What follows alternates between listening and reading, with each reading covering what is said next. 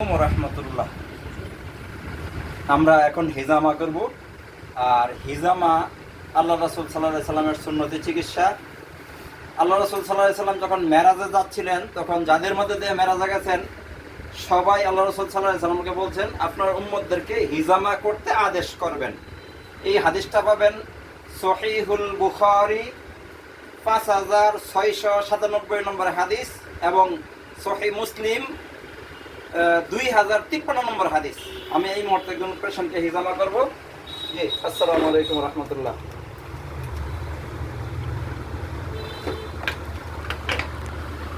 জি, একটু আমার পায়ে, আপনার কোন পায়ে জানি ব্যথা? এই পায়ে। জি, ইনশাআল্লাহ।